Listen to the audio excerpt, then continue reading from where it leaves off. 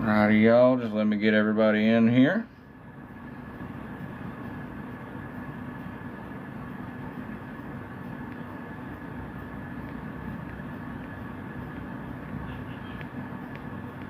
See if I can find everybody.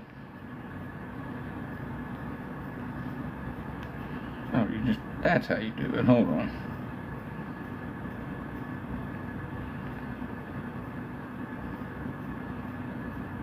Got Alabama fellow.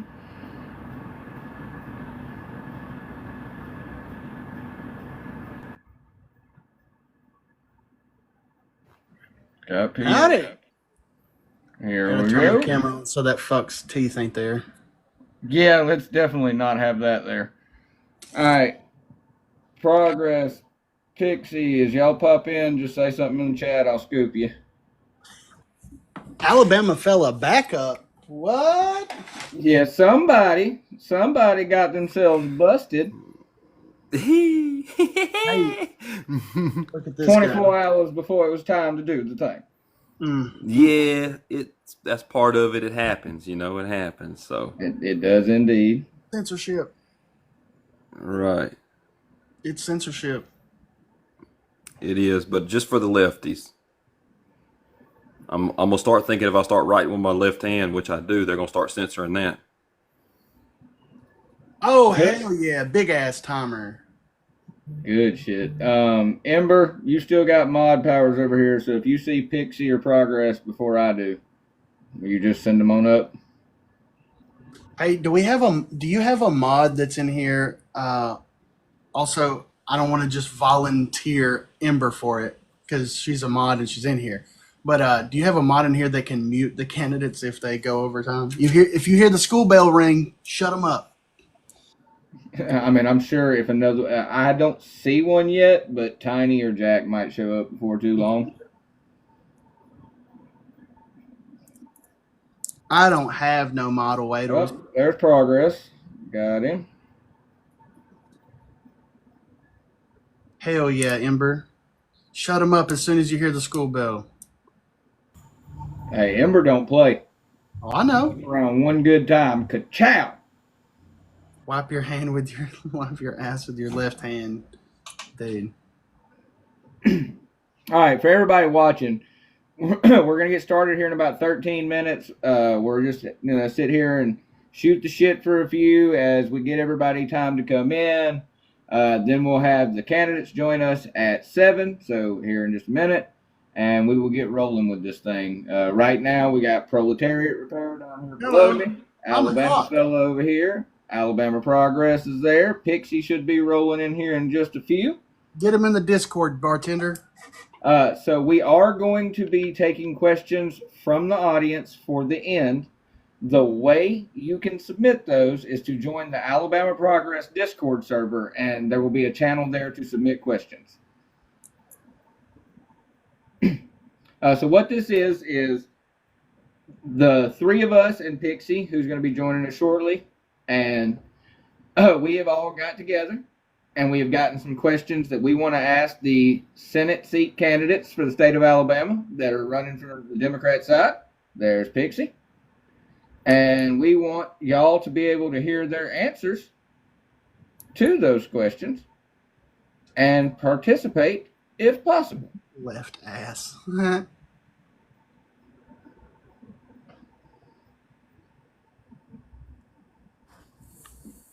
So if y'all could do me the favor, share the thing. If you're from Alabama, I need you to get everybody you know up in here. Because they can't, quite frankly, before we get all business, like, you can't bitch about it if you don't be about it. So they want to know what's going on with their candidates. They want to be able to make informed decisions. This is the place they can be informed about decisions they can make about their candidates. I want to know your thoughts on what happened in Charlotte, North Carolina. Well, that is not right now. That is, we will get to that another time. We got to keep things on topic tonight.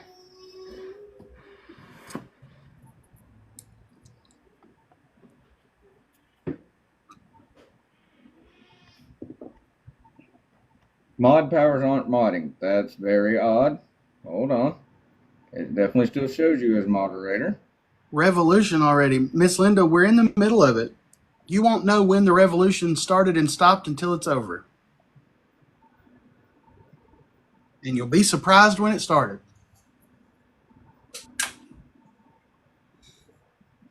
Yeah, you got every mod power. I don't know. TikTok is on the BS, maybe? Censorship. Maybe pop out, pop back in, and just let me know. Make a new account. There's always that, you know. You got 10 minutes. Gucci now? Awesome. Where's my Red Bull? There's my Red Bull. A peaceful revolution is needed. Well, if only that were possible. It ain't. But unfortunately, the first word and the second word don't exactly go together. Yeah. We're going to keep trying the peaceful option first. But those things actually are mutually exclusive. And we're going to bring up social consciousness while we're doing that, which is what we're doing right now. Yes, sir. I'm gonna ask. So I have gifts turned off. We don't want any money during this. That's not what this is for. We are here just for y'all. So if you're trying to send them, thank you so very much, but not tonight. If you're trying to send them, here's what you can do. Okay, you can go find somebody in your community that's struggling and give them that money. That. Pool it together. Buy somebody something. I don't know. If you just can't find somebody in your community, I like to send folks to the Trevor Project. Hell yeah. I have a GoFundMe for Texas flood victims in my bio, but I don't know how to do GoFundMe stuff, so it's like Paul's payouts, and I don't have anybody linked to it, so I just need to get somebody to help me with that. Hit me up after this. I can probably help you with it. It's been a while, but... They just keep sending. I'm sure we know somebody. I didn't really want to put myself on there. I wanted to put like the people who are going to get it, so it wouldn't even go to me. It would just go to directly to somebody else. So you're trying to find like somebody in Texas that you can. Yeah. Okay. Well, that's easy. We'll put the feelers out and get you an organization out there that needs it. Nice. Yeah. I'm going to step out of here right quick because I can't turn my... We are filtering all questions through the Alabama Progress Discord server. I know that's a hurdle for some folks, but it's the easiest way for us to keep everything on the up and level. So if you can just go join the Alabama Progress Discord server, there is a channel just for questions. Put your questions there, and we will try and get them as best we can. Can we get a link pinned to the chat? Mm-hmm. Oh, he got banned again. No way. No, he said be right back. Oh, no, he just said be right back. Yeah, I was just goofy. I was like, God damn it, Jeff. Oh, I gotta watch my language. Sorry, y'all. Dog, you still got 8 minutes to cuss like a sailor. Well, I don't want to get banned beforehand. John okay, fair.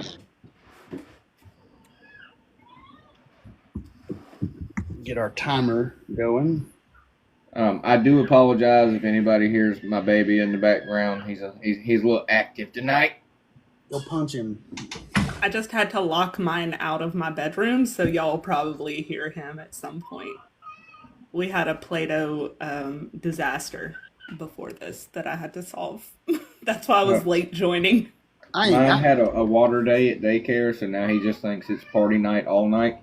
Working on getting them outside. Oh, you're good. Water day? Yeah. Tell her, hey.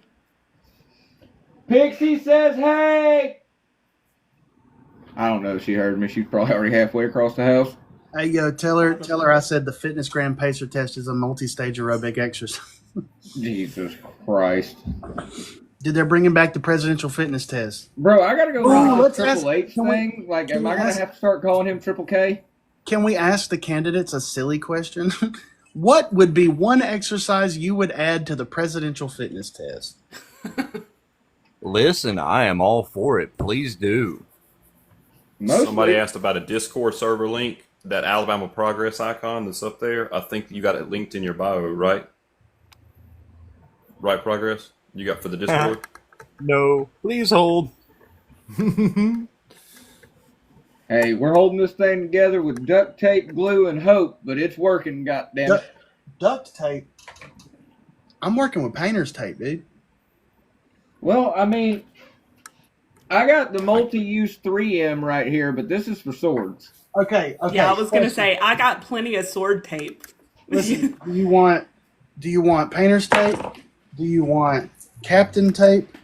Do you want copper tape? Would you I like need that good old electrical tape Electrical tape? for the sword edge. would you like Tessa tape? Would you like hold on, my last one, hot sauce. Oh, hold on, I'm good there. I don't know. I haven't Always tried got it yet. that thing on me. This was a customer. This customer's like, "Hey, this is the hot sauce I make," and I don't know if it's good. I haven't had it yet, but he gave it to me. Tiny said he wants 3 minutes of missing tape. No, it's 8. It's 8. It's 8 now. VCR tape. Andy scrolling pin that Discord. Gotcha. Oh, I'm at a turntable, so I don't do. Who is unlocking that damn door and coming in here? Hey. Hey. I know. Let me pin.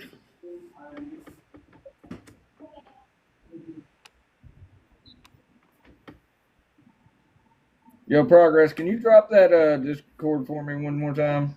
Or Red Clay, is that it? Yeah, Red Clay. I've And already- I think that Progress went to go pin it in his bio. You know what I mean? It's So not that'd be a giving good me way the for pin option. it. You're not going to get it while we have everybody up here.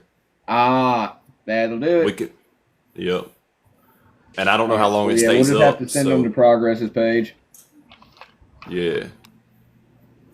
Yeah, when you have multi guests, it's not going to be it, but we can have somebody just dropping it like that. I see a couple people are dropping into the Discord server now. You I know, sent you would this think link. for people who sit on live every night like me and PR do, we would know how to use this shit a little bit better, Don't but we slander don't. me. I'm on the phone with Lillian most of the night now. I mean, I never host because I like to be able to drop out whenever I want without an Tell me excuse. about it. I can't do an Irish exit if I own the bar. I mean, you could, but everybody else has to go too, and that's usually what Gecko does. Hey, so Ashley, just so you know, I've already made it a drinking game. My version of the game is drink every time you have an anxiety attack, but I'm sure you can come up with a better one than that.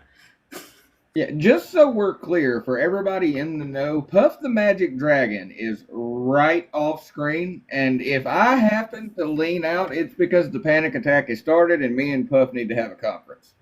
Panic attacks? What are you guys, scared? These are just people.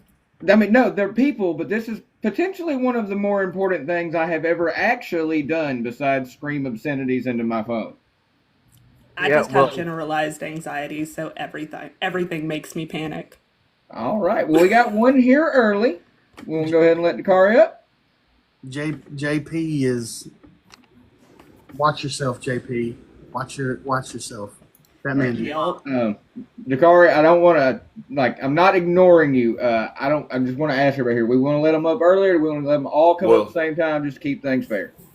Yeah, just the same time. And I think Kyle is in the comments, but he's not requesting up. So, Kyle, if you'll click invite down at the bottom, it'll put you in the request box to come up. And then as soon as Wheeler gets in, then we'll just have all three, right? Yeah. Not that we don't like you guys. We just trying to be as professional as possible. Y'all need to play rock, paper, scissors and tell us in chat who won. Then we'll let them. Mm-hmm. Don't worry, y'all. We're going to get serious here in about 2 minutes. We're just goofing off for now. Yeah, we got to get all the bugs out, you know.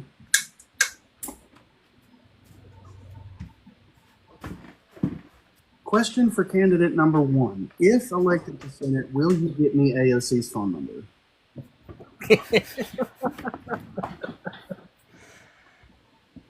Dream big. You learned it from me. That's damn right you did.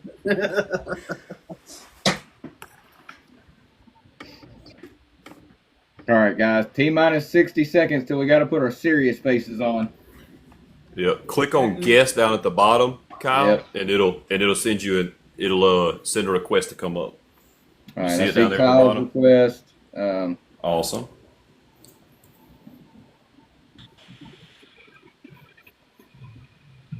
All right, we got Kyle up. We'll go ahead and other two can pop up too. Yeah, is Wheeler in? Yeah. I thought I saw Wheeler. Wheeler, Car, you want to get us a request real quick? It's the little multi-guest icon, the two people hugging.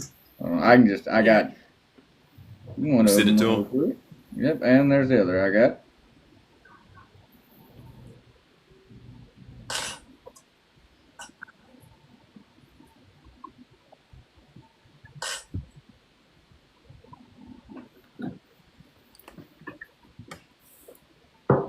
Everybody's loading in. Welcome. That's what we like to see. I can't turn my camera on because I'm on the backup and it doesn't have a lot of Yeah. people. So, y'all are saved from that. I'm a clock. So Oh, let me try again.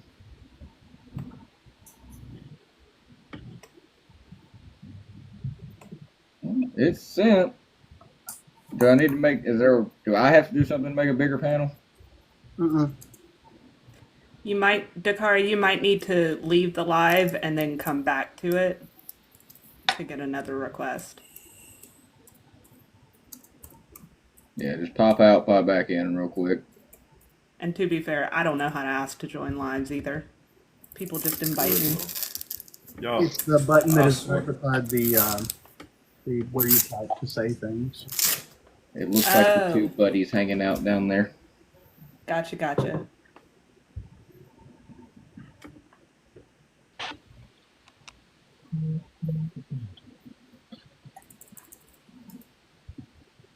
Hey, Fanny sister. Her Grace Ismay is with us tonight, bartender. Ah. All right, I sent another invite to you.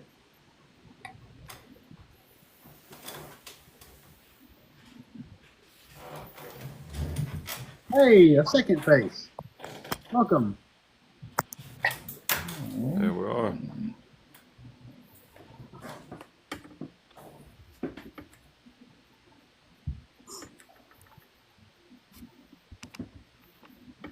All right, I got the invite out. You can also press the plus button where it says request on the square. Yeah. Yeah, if you just hit the request right here on the little panel, it should also send me one. We're gonna get this thing shaking here in just a little while. This ain't got to be our first and last one either. We can do this multiple times. So for anybody that's following along that's in Alabama, y'all follow the people on the panel and like it up. There's going to be no gifts during this because we don't want to get into gifts, distribution, raising money and stuff like that. They can get into some issues with campaigns. So show your support by supporting the candidate of your choosing. The state is Alabama. Incrediberry is here and has asked to come up. I'm okay with adding him if all of you guys are. I know that guy. Hell yeah, I love Adam. Yeah, all right, we're gonna get Adam up here too. Adam, we will let you get in on this. Pull up. All right. There he is. Hey, there's a face we love to see. What's up? I was just thinking, I saw one of your videos. As soon as I opened TikTok, one of your videos came up, and I was like, damn, we should have got Adam in on this. Everybody smiling, taking a group photo. Yep, that one's going in the FBI file. Oh, yeah. I love it. My bad. That's great. We're definitely giving them a lift now. We are missing. All right, so We're missing. is Dakarai in the request or is he in the comment? It's not showing him. I've sent it to him, and then it just Having a disappeared. little bit of trouble.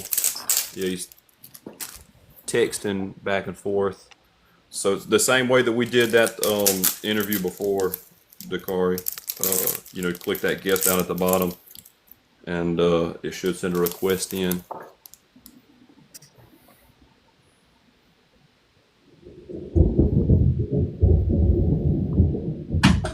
We're gonna get him in here one way or the other.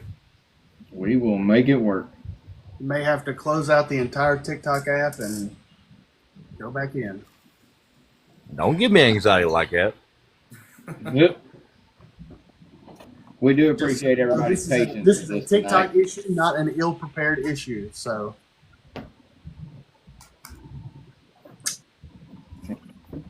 if he's on a computer, then he won't be able to join.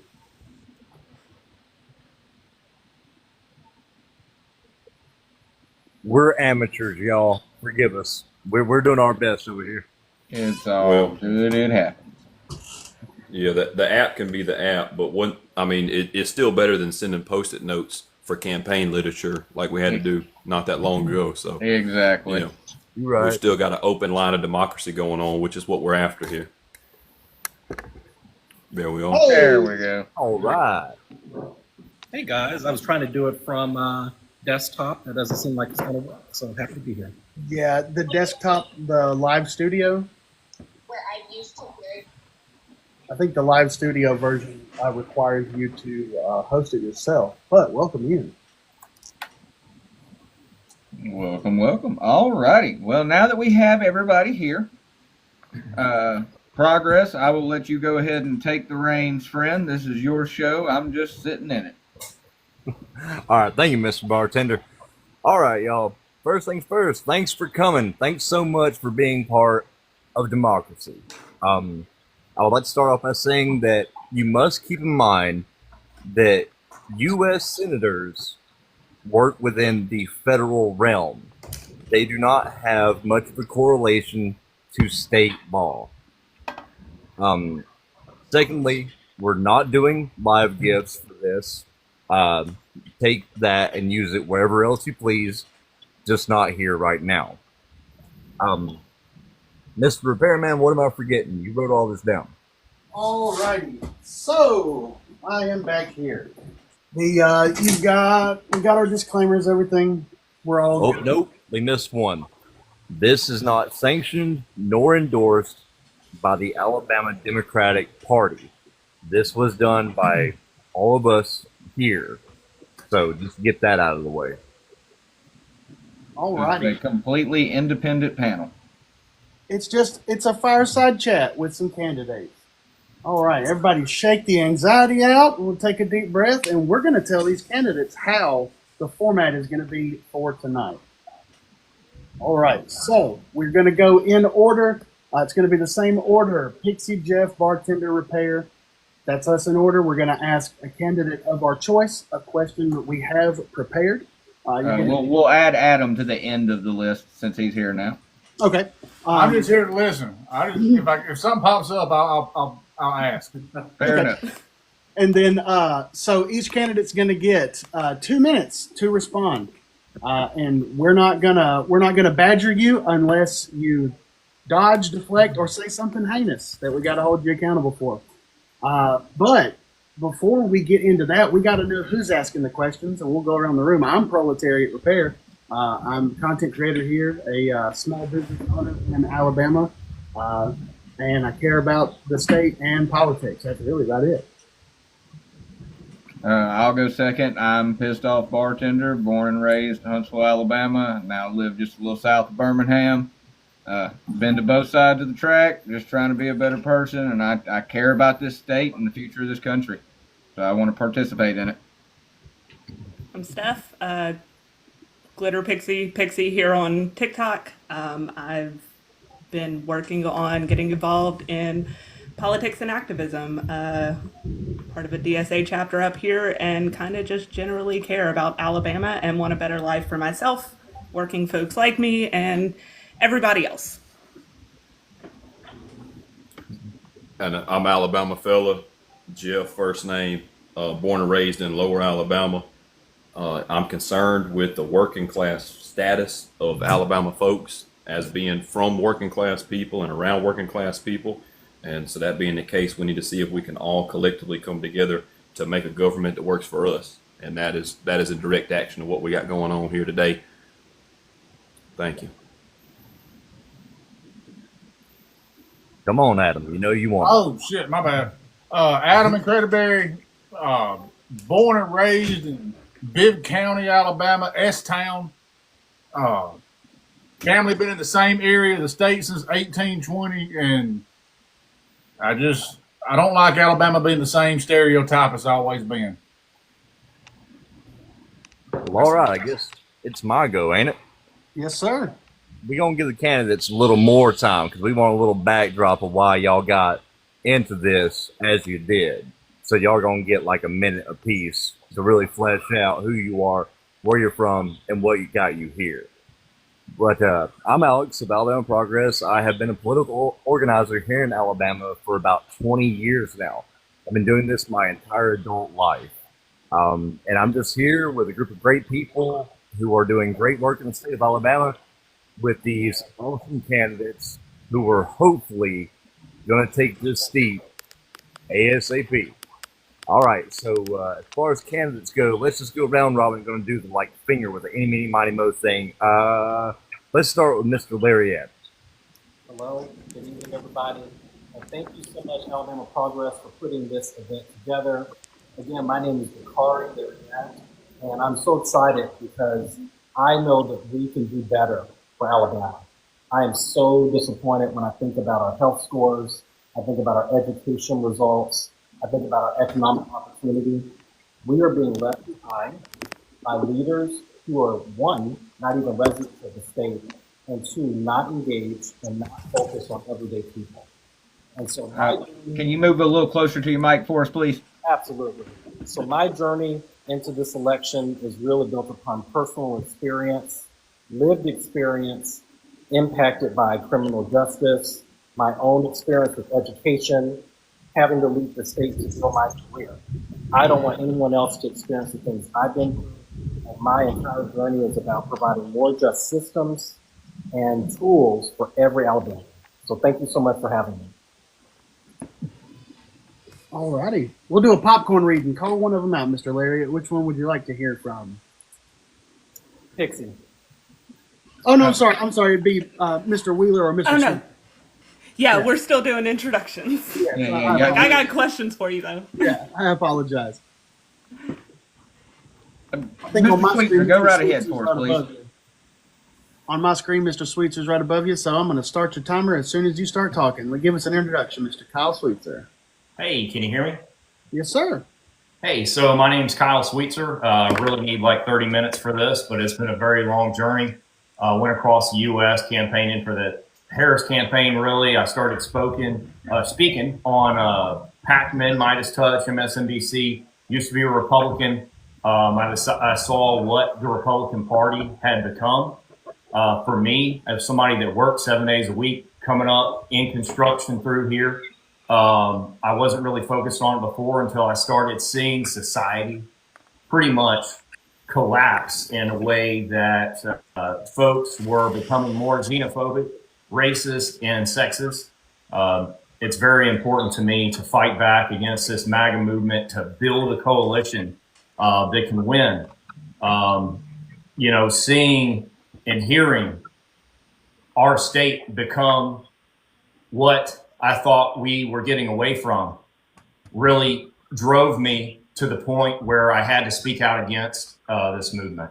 So, as somebody that was a former Republican, I'm going to use my background as somebody that was a former Republican, as somebody that worked in construction to drive a knife in the heart of the MAGA movement and fight back by building a coalition. And I hope we can all come together to do that. All righty. Thank you. And finally, we have Mr. Mark Wheeler II. Hey guys, is this clear enough? Do I need to get closer? Yes, sir. You are all good. Good deal. All right, so for those of you that haven't seen or met me yet, my name is Mark, and I am, of course, running for United States Senate. So my journey to this point has been pretty expansive. So most of my life, I've never really had an aspiration or an intent to pursue politics. It's never really been my desire.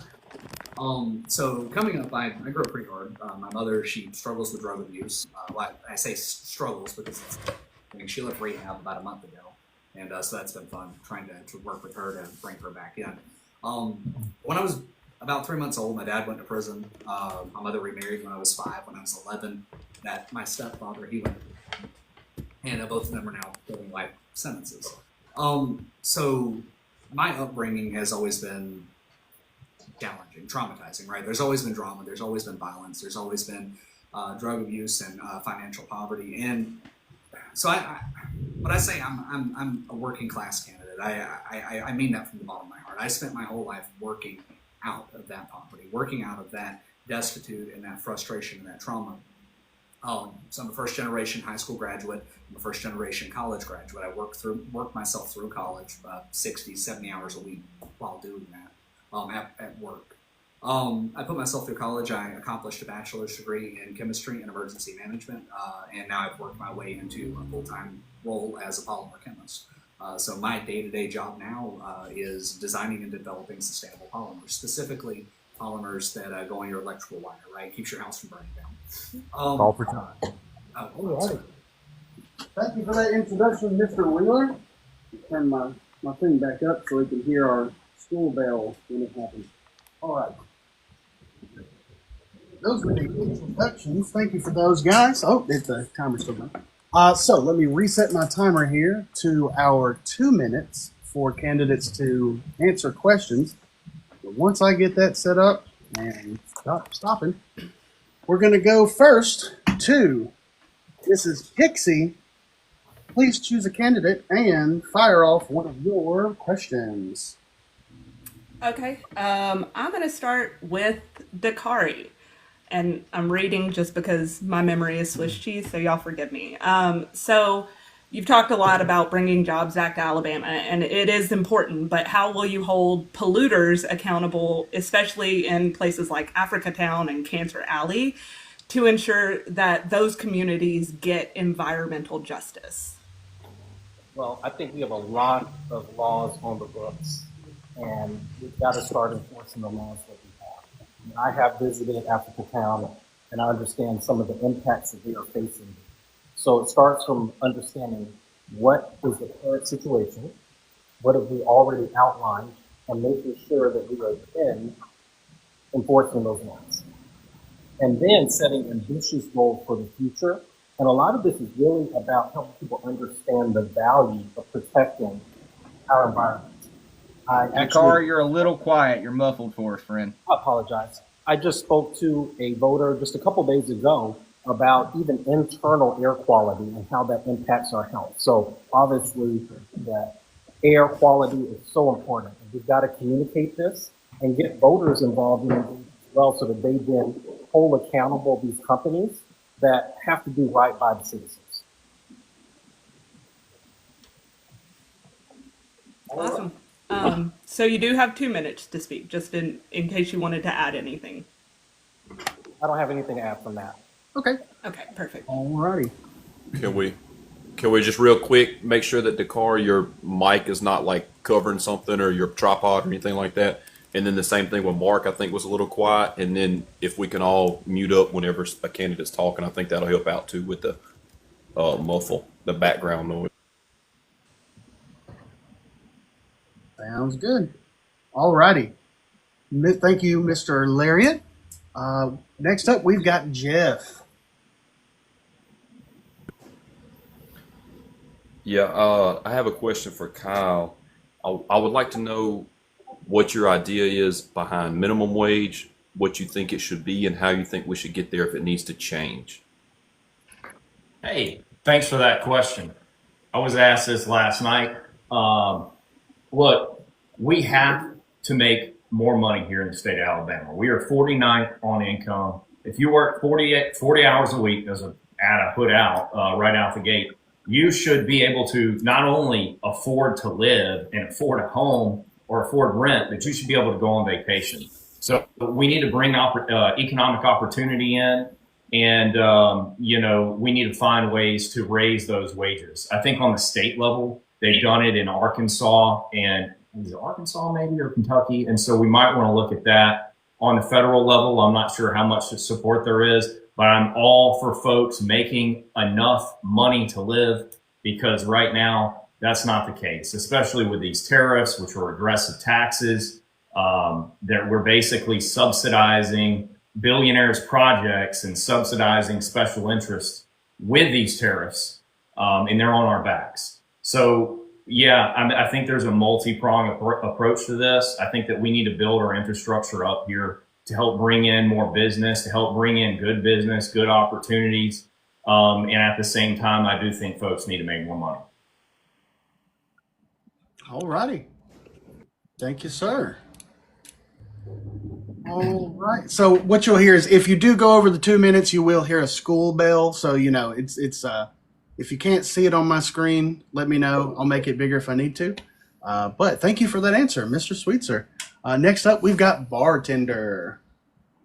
All righty. This one will be for you, Mr. Wheeler. In some states, getting a medical cannabis card is grounds to disqualify you from owning a firearm. In Alabama, even those of us on the left, lots of us are firearm owners. What steps will you take or be willing to take at a federal level to protect firearm owners from this this obvious government supplied hurdle to stop people from seeking a medical plant?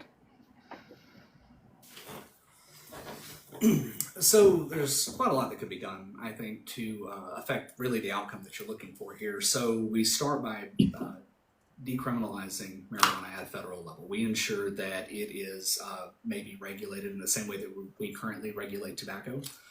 In my mind, I think that is probably the best path forward to ensuring accessibility to people that want to pursue it. I don't think it should be just opened up in a way that anyone at any time could consume. In the same way we would say that no one, or not just anyone, should be able to consume alcohol or even smoke cigarettes. To your point, we of course can drive federal legislation that guarantees I don't quite say right, but the accessibility of marijuana to individuals without impairing their ability to own a firearm. If you've followed some of my content, you guys will probably know I'm pretty big on guns, right? I pride myself as a left-leaning gun owner. I do think that if we're going to go down this route, we do need to look at a total federal overhaul of gun regulation in general. So we can drive from a federal standpoint rules and regulations that say you can't bar owners or bar people from owning guns while using things like... I want to stop you right there and make sure we're using TikTok-friendly language so we don't get clipped. We can use a pew-pew. It's difficult sometimes, but... Right, for sure. I'm sorry. Anyways, to sum my point, yes, we can drive federal legislation to do that. From a federal standpoint, we can guarantee the right to own a pew-pew while also making sure that you are still able to have accessibility to things like the greener grass. But yeah, no, it's absolutely doable from a federal level. We just have to come together collaboratively to do that. We can ban states, or we can apply restrictions to not allow states to create that barrier to citizens. Appreciate your answer. Yes. All righty. Let's see. Next up is, it's me. All righty. So my question is for Mr. Sweetser. All right. So federal politics has become a lucrative career due to unchecked insider trading. Do you, at this moment, own any stock or cryptocurrency? And if so, would you pledge to liquidate any holdings as well as refrain from participating in all speculative markets while you are in office? I've almost absolutely dumped everything. So I've got, I'll tell you what I have right now. I've got something called TLOF. It's a mining rare earth company. I've got $1,500 in it. And then I have, I was never really a big crypto fan for a few reasons, but personally, I've got something that is, I think it's boxable, and I forget the type of investment it is, but as soon as it IPOs, which is like $2,800 right now, I'm going to sell it. So yeah, I don't want to have any stop while I'm running, or even when I'm running or when I'm in there. So I think that that's really important. I think it's something that we need to get away from. All righty. Short and sweet. I love it. All righty. So we have, we're going back up to Pixie. I think Adam is just jumping in with questions. Is that correct? Whenever. Okay, nice. Got a head nod there. All right, Miss Pixie, you have the floor. All right. So my next question is going to be for Mark. What federal protections would you push for LGBTQ people in areas like healthcare, housing, and education? And what would you do to make sure that it's more than just paper? It's actually something that is enforced. Oh, awesome, thank you. So I'm of the mind that all people are equal, and they should be treated equally under the law. It doesn't matter if you're gay or if you're trans or if you're black or you're white or you're green or purple. It doesn't matter. If you're a human, you should, in my mind, have absolute equality and protection under the law. So I say all that to say that ultimately, because of the way that our government is structured, it falls to your commander-in-chief to enforce the laws that are applied. That is their sole responsibility. So as a U.S. Senator, we have the power of oversight and an ability to, for lack of a better word, discipline a president for not correctly applying or enforcing laws the way that they should be applied. So we can craft legislation to further expand guaranteed rights to minorities, people from the trans community, people of minority communities. And then if we have a commander-in-chief that is not enforcing them in the way that it is intended, then the U.S. Senate and Congress ultimately has the ability to discipline and even remove a president for not applying the laws correctly. So as an individual senator, I will have very limited ability to craft or enforce legislation. But as a member of a body of 100 people, I will have a 1/100 vote in guaranteeing that your rights as a gay or trans or minority person are protected and looked after while I'm in the Senate. Fantastic. This time management is beautiful, guys. Love it. We're doing great. We're doing fantastic. All righty. After Pixie, that is going to be Mr. Jeff again. That's me. So my question is for Dakarai. I would like for you to speak to and about term limits themselves. Do you support having term limits in all positions, not just the Senate, the lower, all over needs to have a term limit? In my opinion, I don't know if you agree with that or not, and your reason for agreeing or disagreeing with. Thanks for the question, Jeff.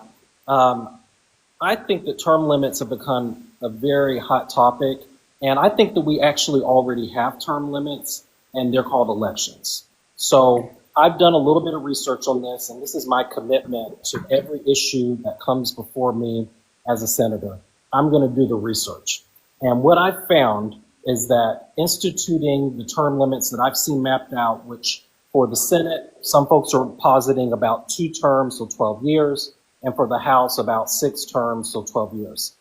That would destabilize our legislature.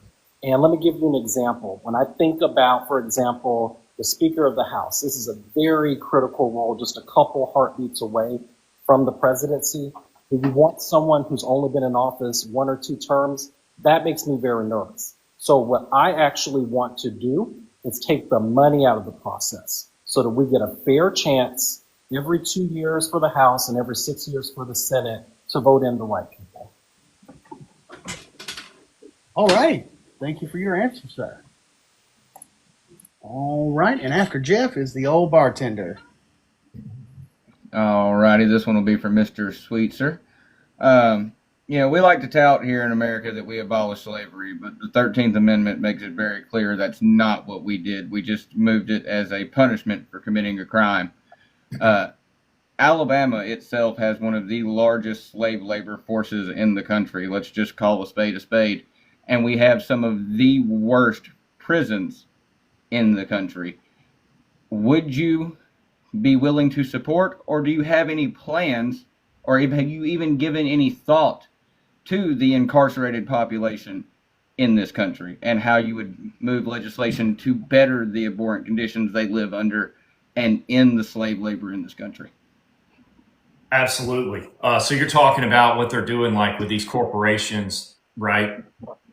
Yep. So look, the Republicans used to supposedly be about fiscal responsibility.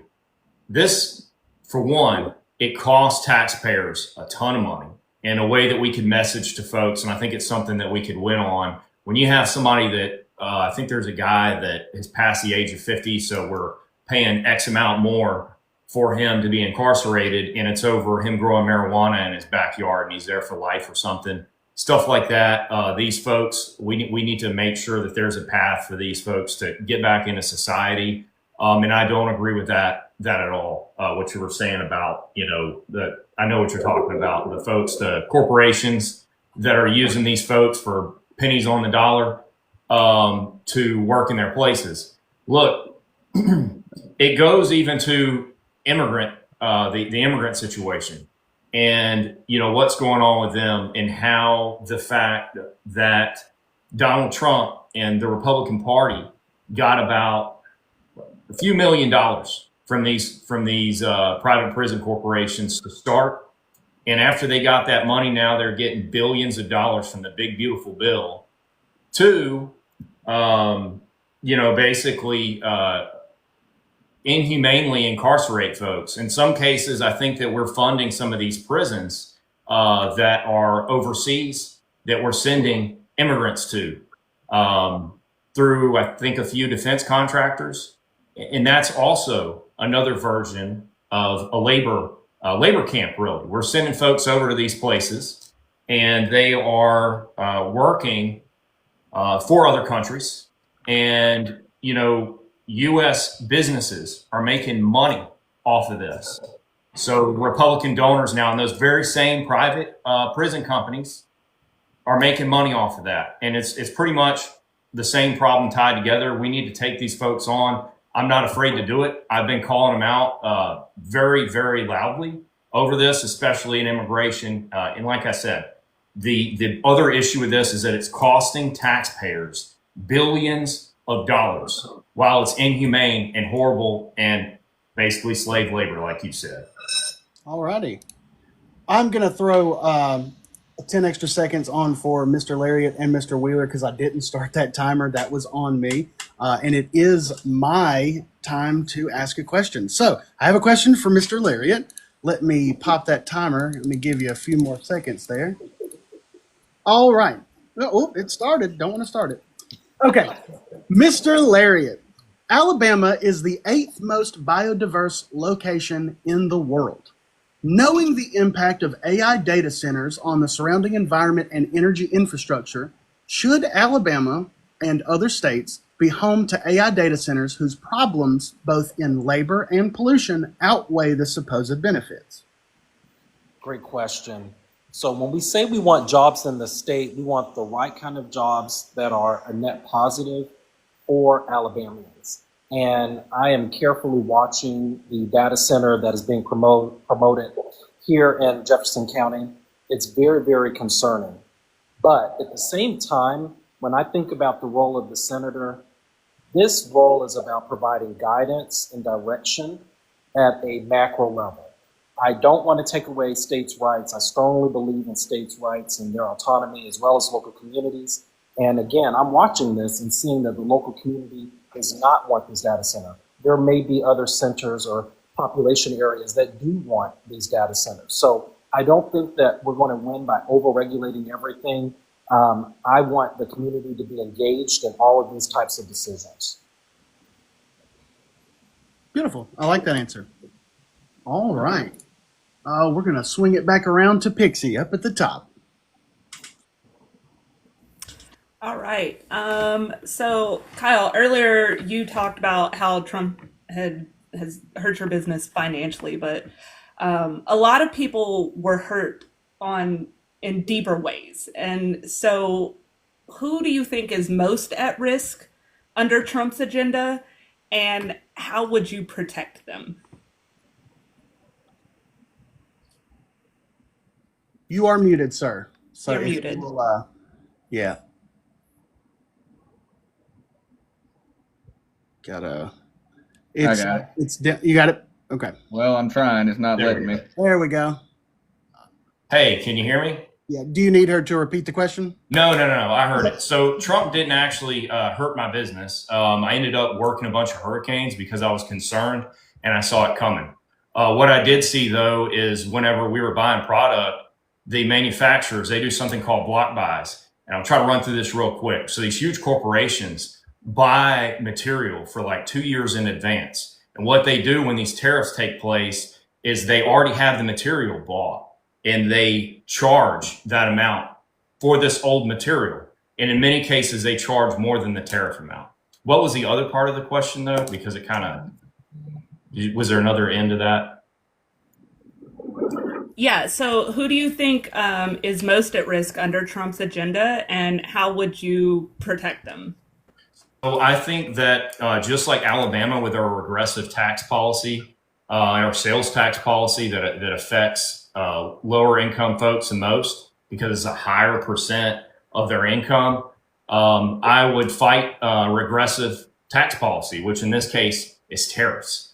And also the folks that are really at risk right now are the immigrants that are working here, especially in Alabama, across Alabama. And a lot of these guys are working really hard jobs that,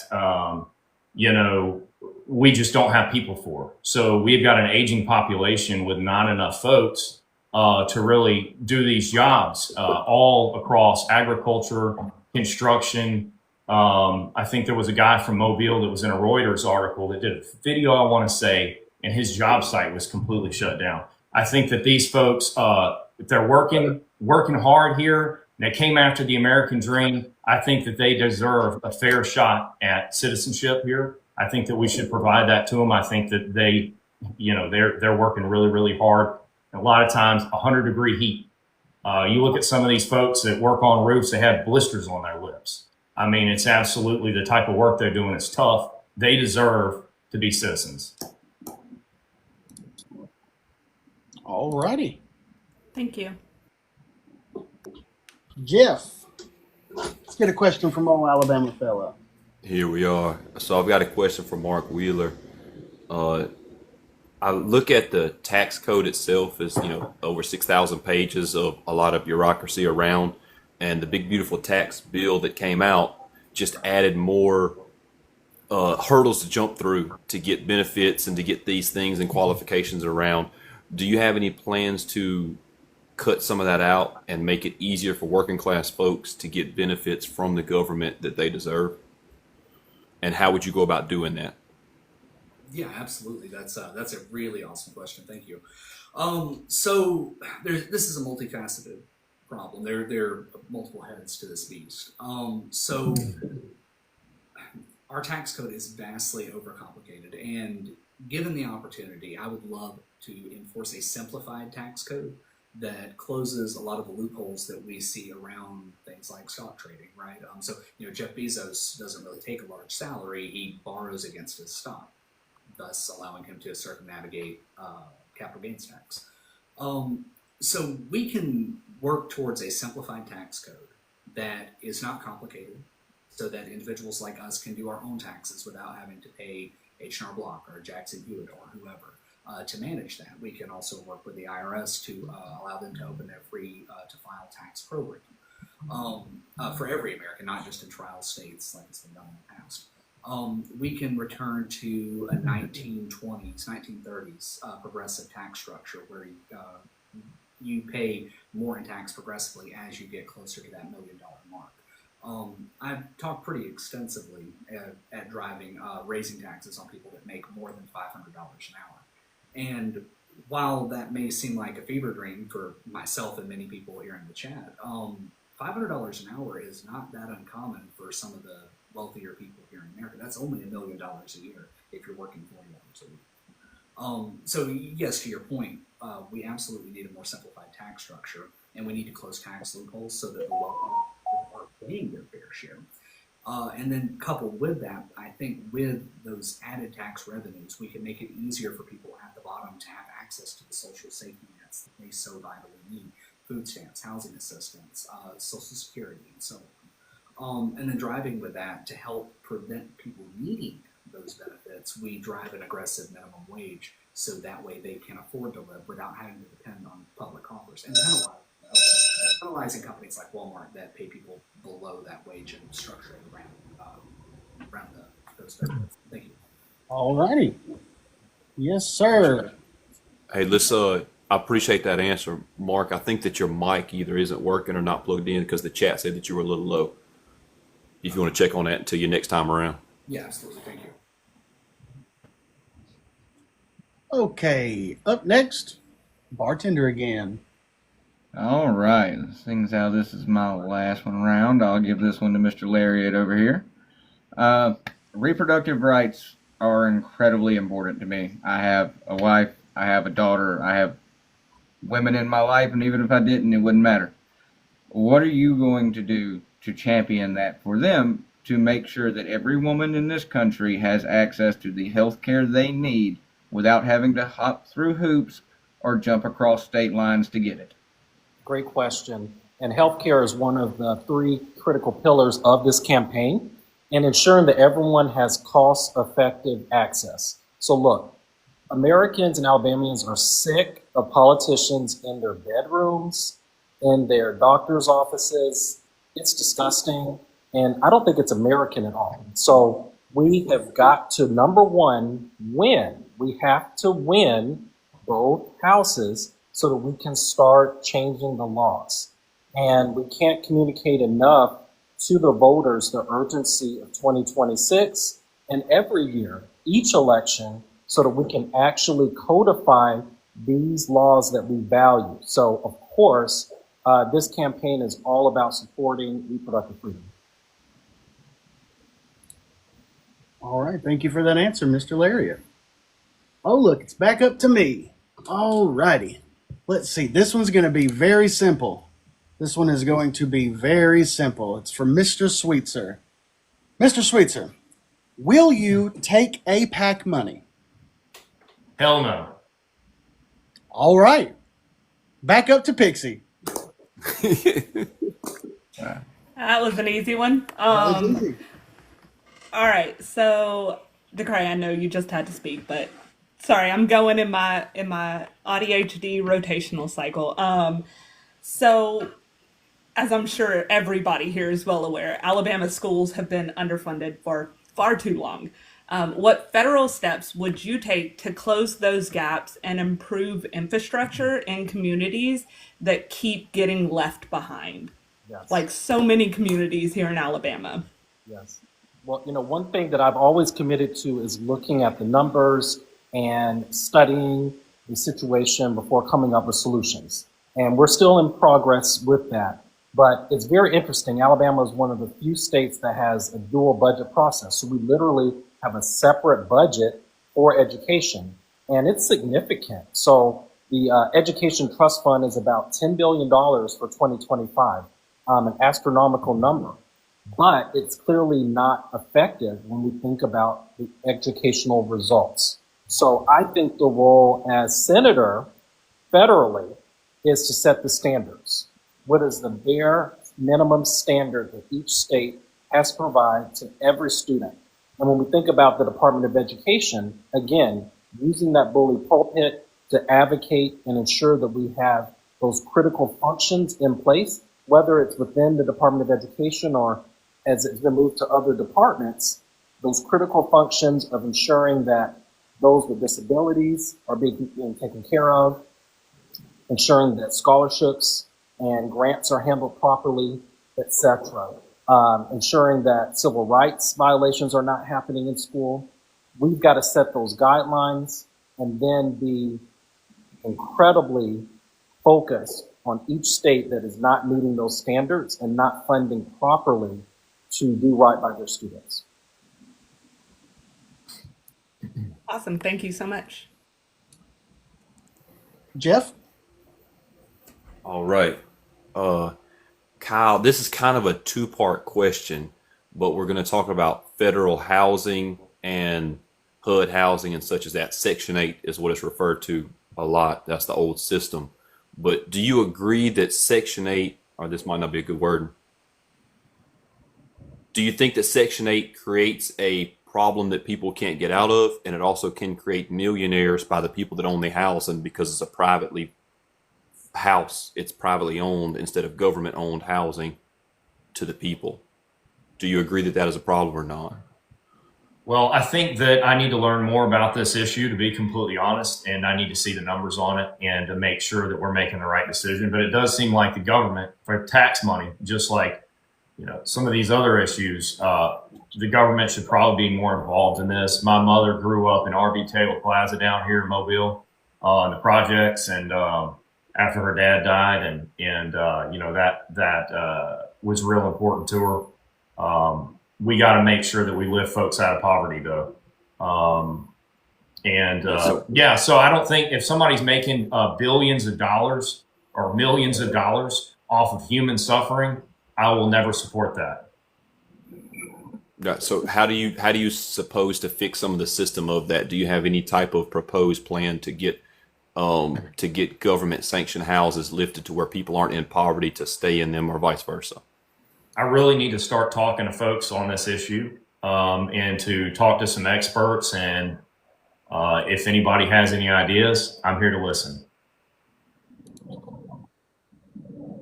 All righty. Thank you, sir. Thank you. Mr. Bartender. All right, I'll give this one to Mr. Wheeler down here.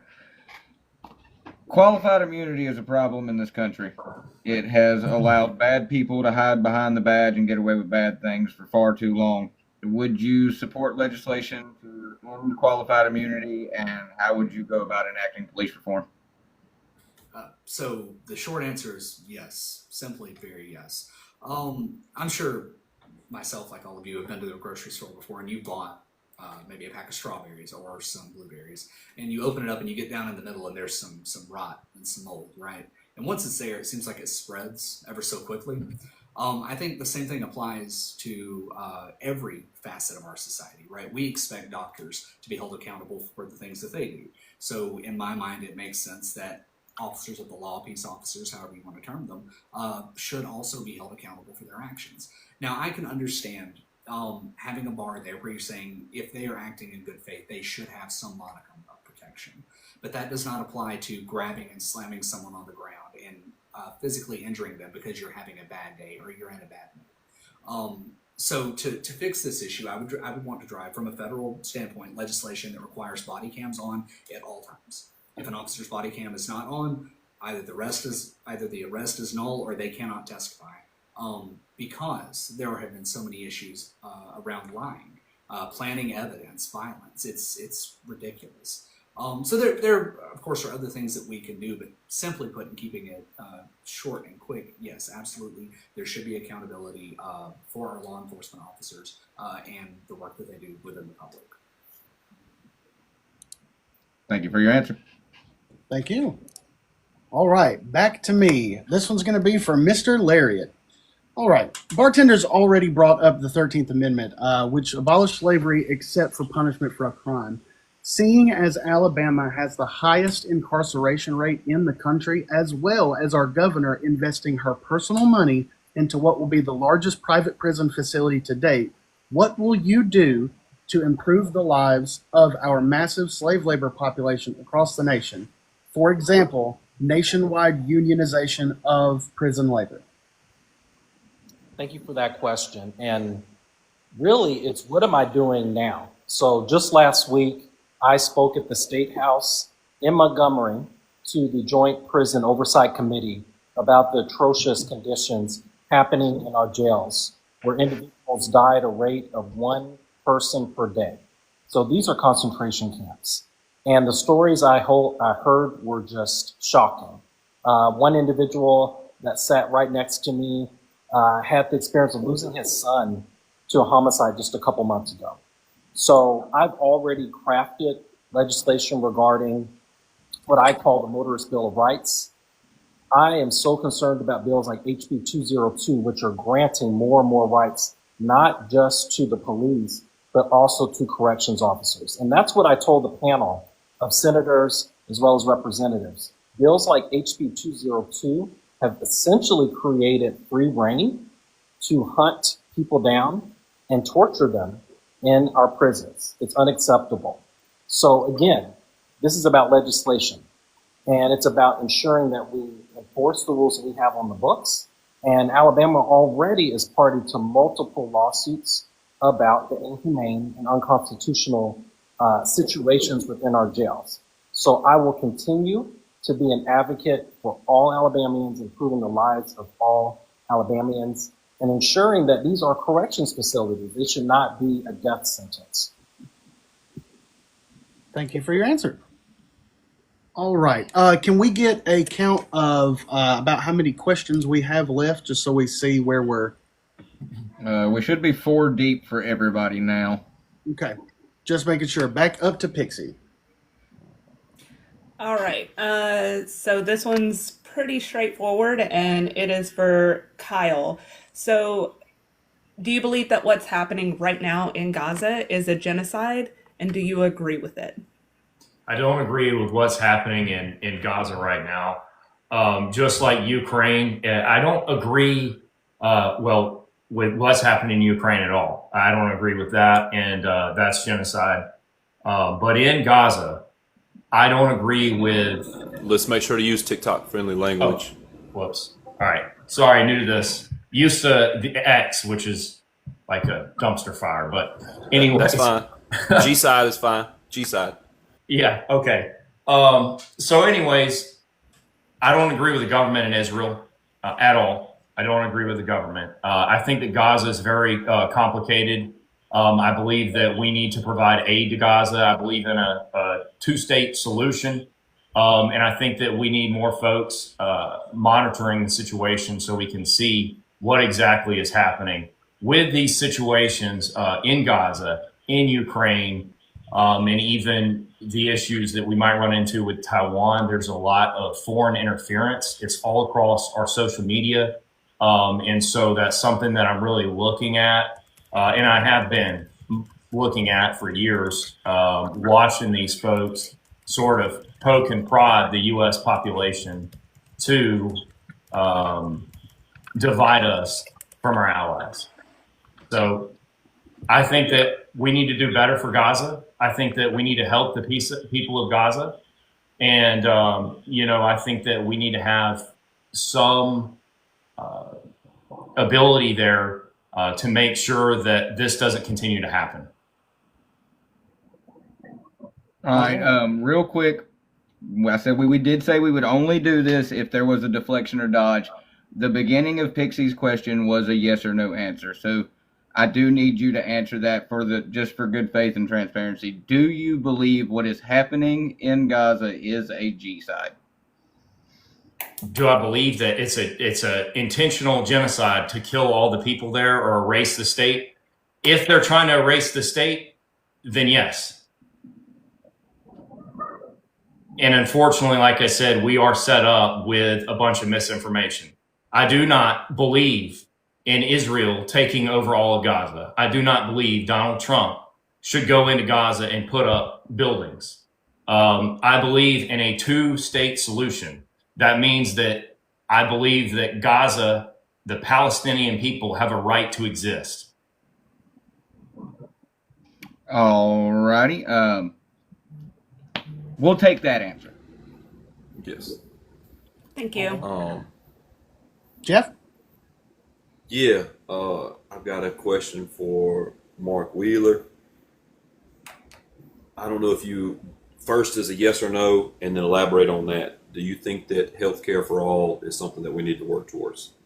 Oh, yes. Yes, a hard stop. Yes, 100%. Great. So there's 100 ways to skin a cat, right? There is a lot of different ways that we can approach healthcare for all in America.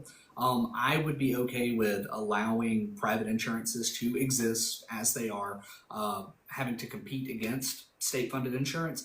My preference would be a single-payer system where the only option where there is no private option. Dental and eye insurance, of course, should be included in your health insurance. It's part of your body. But then we put everybody collectively together on a single healthcare payer plan. So that could be Medicare for all, Medicaid for all, however you determine. The way that we fund that, I think, is by taking the subsidies and the premiums that people pay every week now out of your paycheck, We take maybe 20% off the top of that, and we put that straight into the pot and say, hey, this is how we start the fund for a Medicare for All program. And then, of course, we look to balance that over the next 5 or 10 years, and we see whether or not the cost needs to go up or needs to go down. I don't think that, in my mind, the data shows that it would be cheaper for all Americans to come together and be on a single health insurance plan, just because of the nature of insurance economics. But yes, again, in short, yes, healthcare for all is a must. Yeah, that was what I was looking for was the second part, which what you explained. How do we get there in your mind? Because that's legislation that you'll support as a U.S. federal senator is trying to get something enacted for all, not just Alabamians, which we suffer a large degree from not being covered, but for all U.S. people. Yes, absolutely. So. Thank you. All right, Mr. Bartender. All right, let me get this back up here real quick. All right, I'll give this one to Mr. Larriett. If and when, and I would like to say when we do manage to deschedule cannabis, we already live in a world where the legal state smoke shop looks like an Apple store, so this honestly should be a thing as it is. Would you support legislation to commute people's sentences and get people who were locked up only over a plant for potentially the rest of their lives back out onto the streets? Yes, it's a travesty that individuals are serving jail time when this has become a multi-million-dollar business across the country. And I actually lived in Michigan for a bit, and it is a viable business and industry that employs many people, and it can be done safely. And again, I believe in bodily autonomy, and that includes this substance. Adults can decide what they want to ingest.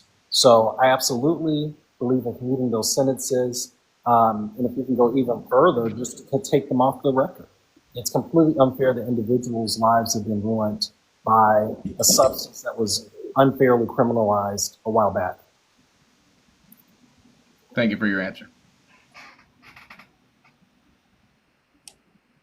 All right, back over to me. So I'm going to be fair here.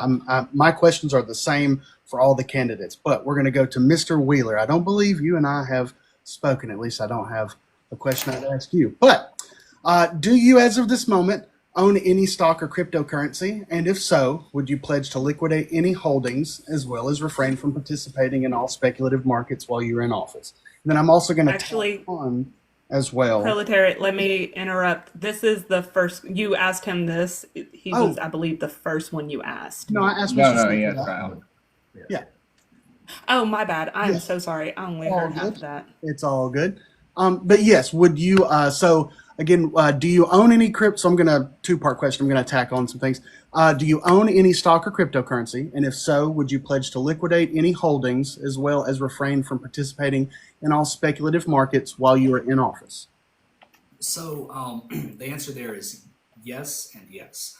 So currently I own some Intel. I own a little bit of a micro nuclear reactor company. And these are not large amounts, a couple $1,000 at the most. And of course, I still own GameStop from years and years and years ago. I was part of that when it first, I was part of that when it first came up on Reddit. I bought in at like $20 a share, wrote it up to a couple thousand, tried to sell, market got closed. I'm still bitter about that. That's a whole thing. Anyways, so to your point, so I've already publicly taken a pledge and posted online. You can find it out there. That I will not in any way interact with stock trading while in Congress. I am very openly of the opinion that it should be a criminal activity for congressional members to do so. And I do mean like prison time for doing so, because they have tremendous amounts of insider information that is far beyond what an average person has access to. And it also directly impacts the way that they vote on legislation. And it happens on both sides of the aisle. We can talk about Nancy Pelosi, we could talk about Chuck Schumer, we could talk about Carter McConnell. We could talk about all these guys. All of them do it. It needs to be criminalized. It needs to be banned. They do not need to be allowed. It does not need to be allowed to happen. So yeah, I think that answers your question. I'm sorry.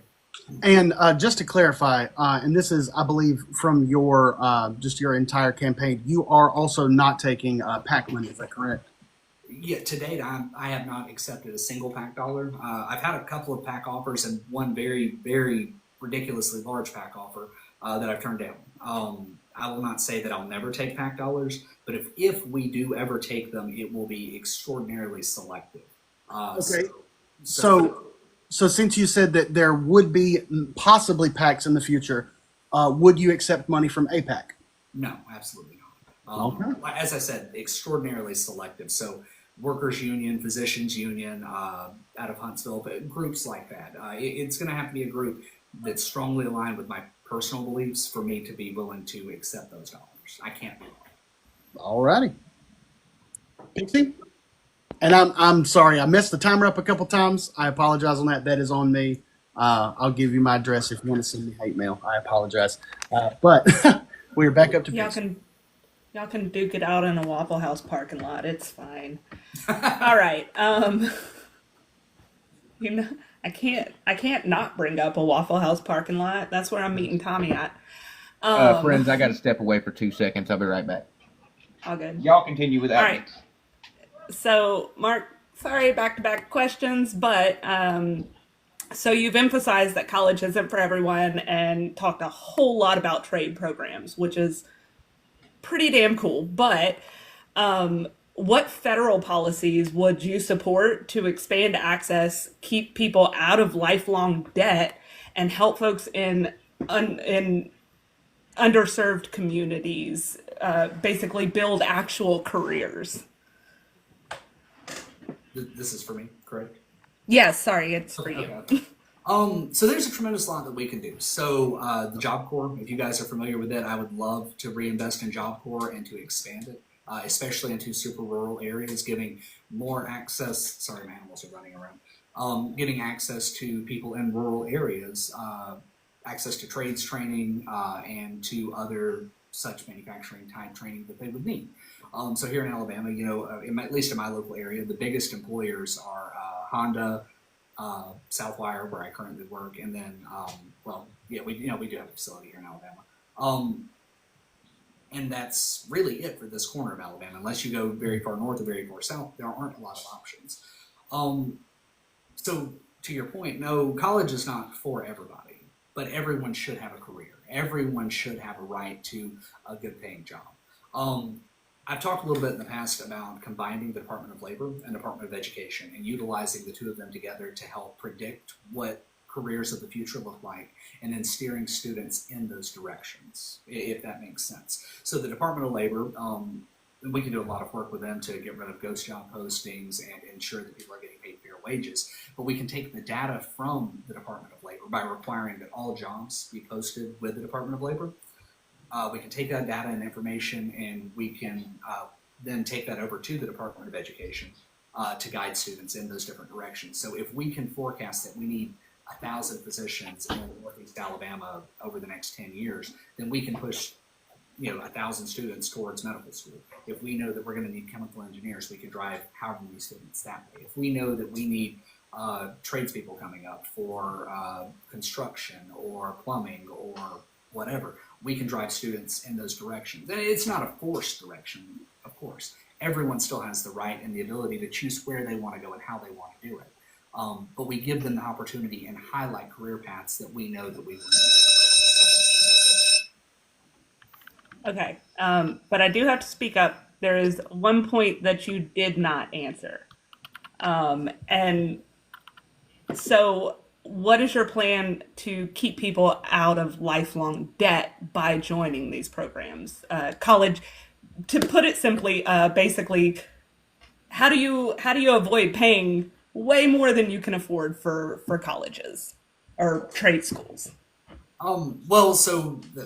We already pay for college or for education K through 12 through taxpayer dollars. We set that system up over 100 years ago with the idea that we wanted to make sure that students or that people would be able to learn effective skills to work. So in my mind, as we become a more technologically advanced and compact society, we expand that level of education funded through public tax dollars through all the way to a PhD program if necessary. Because as the world gets more advanced, we need smarter workers. And that's just a simple fact of the nature of the economics. Thank you. Hi. Jeff. Here I am. Dakarai, I have a question for you. This is a yes, no, and then elaboration on that. Are you happy with the current military spending that we have on a U.S. federal level or not? No. No. So what are some ways that you think that you can address, my bad, proletariat, you might need to restart it. What are some ways that you think you can address an inflated military budget and the budget that we already spend not end up in private business hands? Yes. Thank you for the question. So at $800 billion a year, it is an astronomical number. And unfortunately, so many programs are confidential, and certainly we always want to protect America and the homeland. That's number one. We can't do anything if we're not safe. But that doesn't mean that we continue to increase this line item year after year after year. So with confidential briefings, with classified briefings, it is the responsibility of those in oversight to challenge each program, each expenditure, and ensure that it's actually delivering results. And then your next question about the contractors, that is incredibly concerning. When I think about our reliance on things like Starlink, NASA's reliance on Elon Musk companies, we've got to think about not just the spend, but also the sustainability of these contractors that we're working with. So there's a lot of work to do there. And we've got to make sure that we're protecting, but also being mindful of spend, because we're going to spend ourselves to a point where we can't even service our debt. Thank you. Bartender? Alrighty. I'll shoot this one over to Sweetser. We live in a world where there are CEOs making $9,000 a minute and 33% of their workforce can't afford groceries and are on government assistance. How would you legislate against that? Could you repeat that? We currently live in a country that allows a CEO to make $9,000 a minute, while over 30% of their company or their employees are on government assistance and cannot afford groceries. How will you, as a senator, help us legislate against that or fix the problem? Because it is obviously a problem. Absolutely. So, for one, these folks, they're paying these CEOs and these large corporations. They're basically running our government in a way where they're rigging markets in their favor. I want to take and remove this protectionism that these folks have put in power or have put in place to where they're kind of controlling our politics. So we really need to look at the election level, and we need to take on Citizens United. And I think that we will start to see changes there because these guys are pretty much making all of their political gains by dumping massive amounts of money into our politics. And the only way to stop that, the beginning point of that, is to take on Citizens United and to remove money from politics. All right. Thank you for your answer. All righty. So that is going to be over to. Oh, my mic's not muted, is it? Okay, cool. All right. Let's see. Let me make sure I don't re-ask questions here. Real quick, PR. We are getting towards that end, so I think this one should probably, your question should be probably the last one. If progress, you want to start vetting some questions from the Discord? Okay. Let's see here. So, well, then I will get the first question that's been asked to two people. Mr. Larriett, do you currently own any? So this is going to be a two-part. So do you currently own any stocks or cryptocurrency? And if so, would you pledge to liquidate your holdings as well as refrain from participating in the speculative markets while in office? So yes, absolutely, I own stocks, and I support legislation to ensure that all members do this, but I am very comfortable with liquidation. And what I would actually propose is legislation that forces all members to, if they choose to invest, do so in a blind trust format so that they are not participating in markets that they directly control or have oversight abilities around. All right. And then as a small tack on, because it still deals with money and, the way to control lobbying and whatnot, will you take money from APAC? Absolutely not. I am so disappointed by what I see from Democrats in particular that take money from APAC. It's almost as if they're speaking from a script. And, when I think about this role, it's about advocating for Alabamians. And I'm not seeing that. And it is absolutely not a PAC that I would consider taking funds from. All right. Thank you, sir. I believe that is going to be it for our vetted questions. I think we're going to be, not vetted questions, sorry, our prepared questions. And I think we're going to the Alabama Progress Discord questions. Is that correct? Correct. Before we do that, Adam, I know you've been down there listening and just soaking it all up. You have anything you would like to ask any of these fine gentlemen before we get on to the Discord questions? Yeah, why not?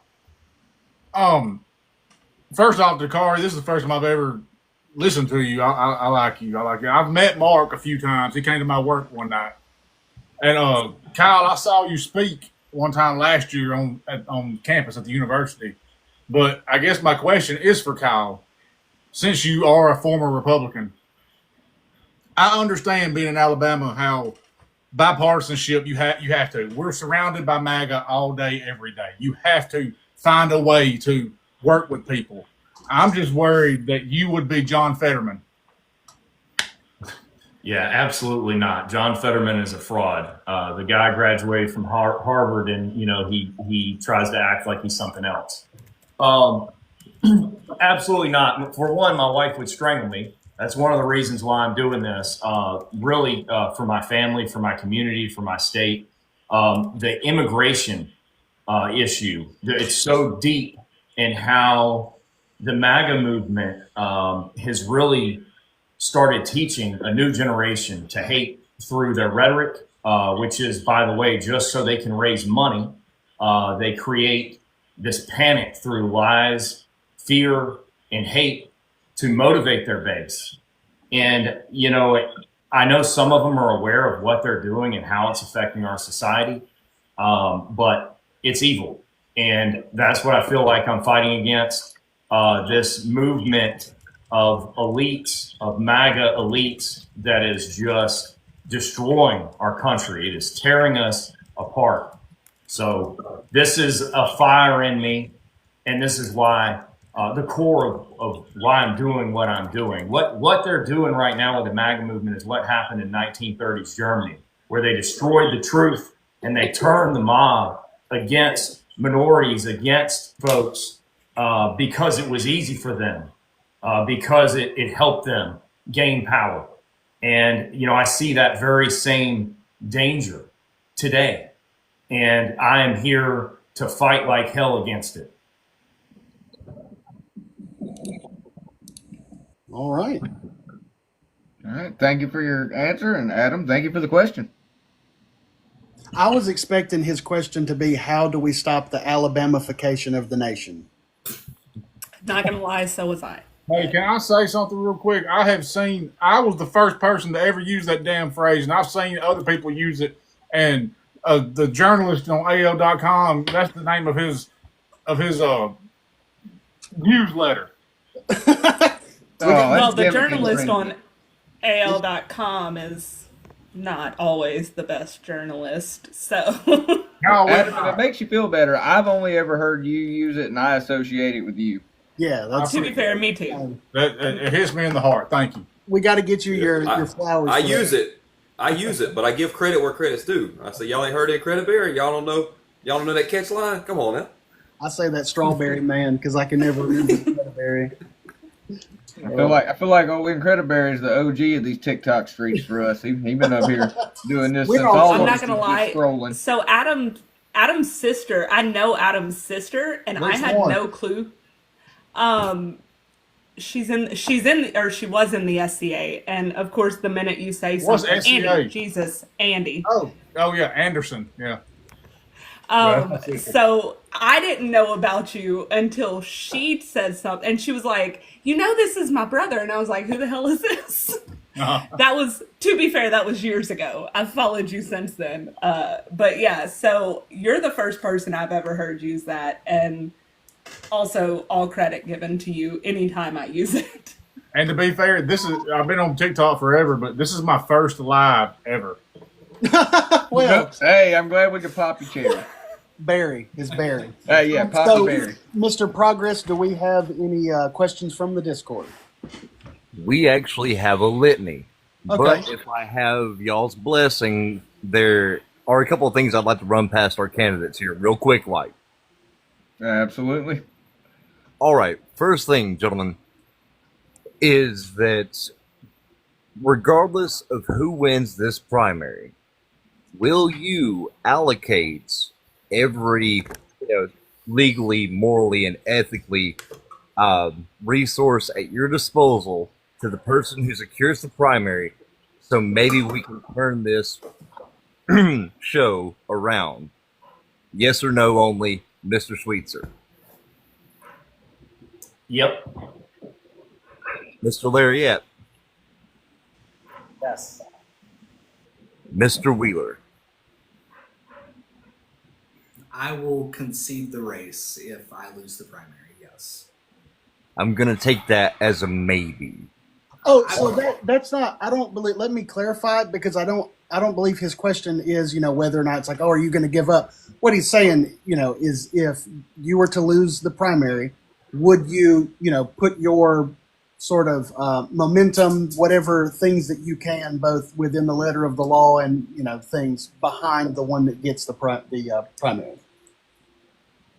Sure. Yes. All right. Thank you. Now, in 10 seconds or less, gentlemen, I have hard questions for you. And Mr. Larriett, I'm going to start with you. And maybe this will take more than 10 seconds, but try your best to give us the long short here. I'm not going to throw a timer up here for that, because 10 seconds is a little wild. Fair enough. Yeah.